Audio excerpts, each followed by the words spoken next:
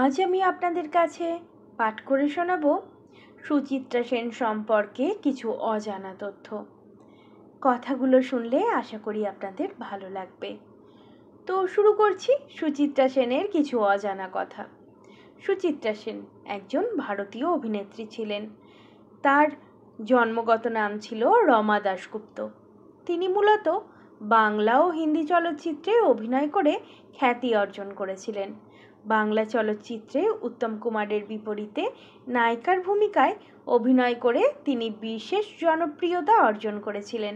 রমা দাশগুপ্ত বিমল রায়ের দেবদাস ছবিতে 1955 সালে পারু চরিত্রে অভিনয় করেছিলেন। সুচিত্রা সেন ওরফে রমা দাশগুপ্তের জন্ম 6ই এপ্রিল 1931, পাবনার বেঙ্গল প্রেসিডেন্সির ব্রিটিশ ভারত।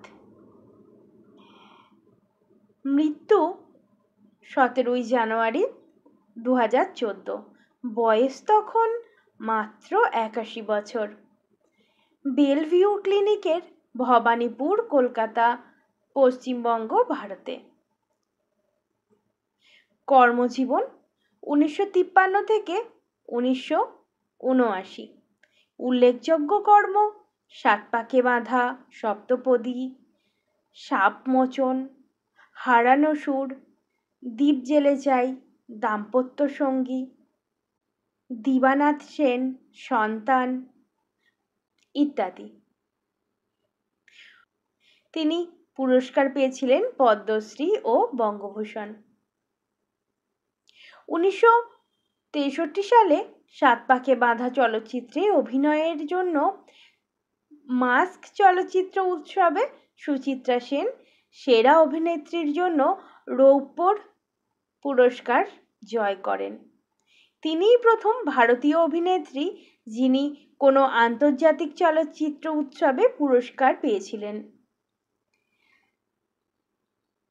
1972 সালে ভারত সরকার তাকে পদ্মশ্রী সম্মানে ভূষিত করেন। শোনা যায় 1905 সালে তাকে দাদা সাহেব ফলকের পুরস্কার দেওয়ার প্রস্তাব রাখা হয়েছিল, কিন্তু সুচিত্রা সেন জনসমক্ষে আসতে চান না বলেই সেই পুরস্কার গ্রহণ করেননি। 2012 সালে তাকে পশ্চিমবঙ্গ সরকারের সর্বোচ্চ সম্মাননা বঙ্গভূষণ প্রদান করা হয়। কেন অভিনয় ছেড়েছিলেন সুচিত্রা সেন? কারণ শুনলে চমকে যাবেন।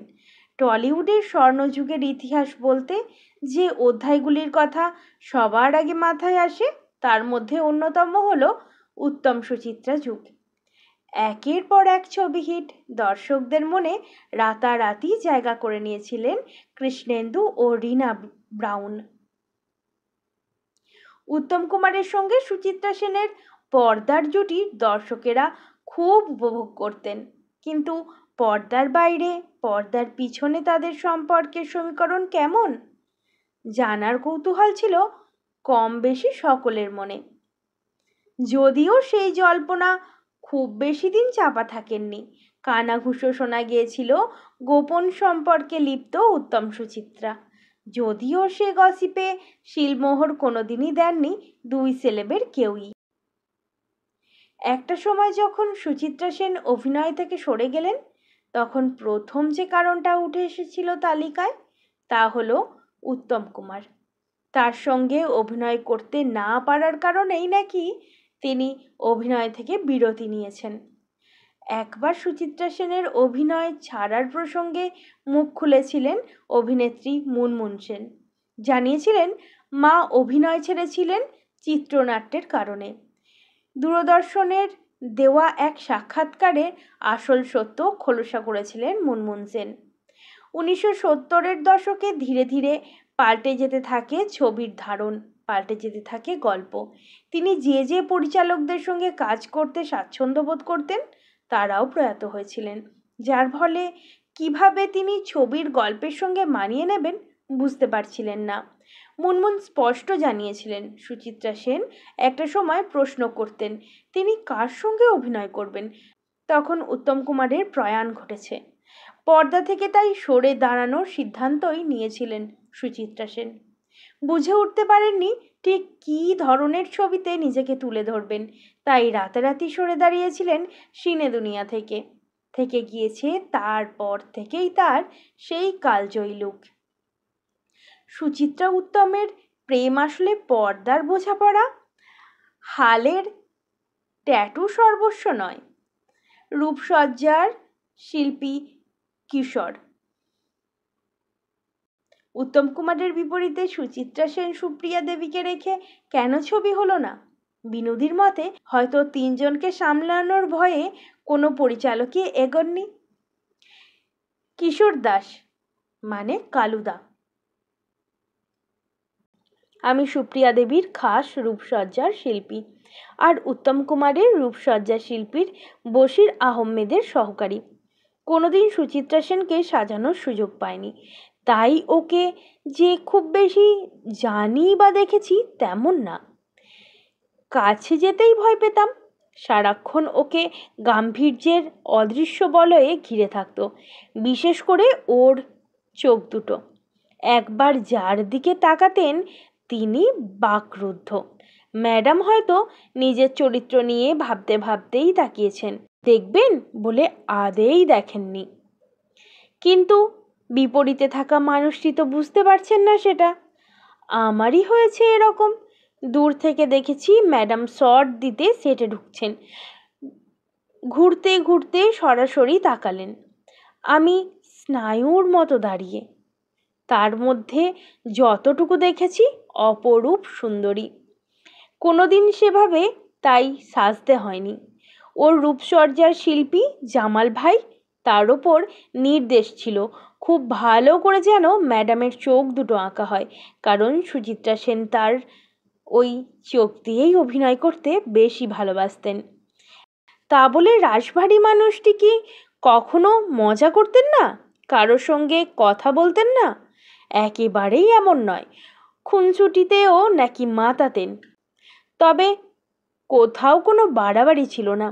বরং শুটিং না থাকলে ম্যাডাম বইয়ের পাতায় ডুবে যেতে ভালোবাসতেন।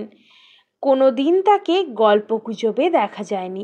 পরনিন্দা পরচর্চা থেকে অনেক দূরে, আর কাজ ফুরালেই বাড়ি। সুচিত্রা সেন ছিলেন একজন পারিবারিক মানুষ। কাজের পরে স্টুডিওয় বসে আড্ডা দেওয়া ওর ধাতে ছিল না, কিন্তু যতক্ষণ থাকতেন ততক্ষণ অভিনয়ে বিভোর। ওর খাওয়াও ছিল অল্প, কোনোদিন পেট ভরে খেতেন বলে শুনিনি। যাতে শরীর ভারী না হয়ে যায়, শুটিংয়ের সময় ঘুম না পেয়ে যায়, মাথায় থাকতো সব সময়, তাই স্বল্প আহারী। উত্তম কুমারের সঙ্গে ছিল অদ্ভুত বোঝাপড়া। একটি দৃশ্য প্রাণবন্ত করতে কি পরিশ্রমটাই না করতেন তারা। একটা শটের পরে একটু বসতেন, হয়তো নিজেদের মধ্যে আলোচনা করতেন পরের শট নিয়ে। ওই জন্যই দিনের পর দিন ওদের ছবি হিট। দর্শক যেন কাঁচ পোকা। জুটির আকর্ষণে বাড়িতে তিষ্ঠতেই পারতেন না। ছবি মুক্তি পেলেই প্রেক্ষাগৃহে ভিড় জমাতেন, আর তার থেকেই সর্বজনীন একটা কৌতূহলের জন্ম নিল, তা হলো ওদের মধ্যে কি প্রেম ছিল?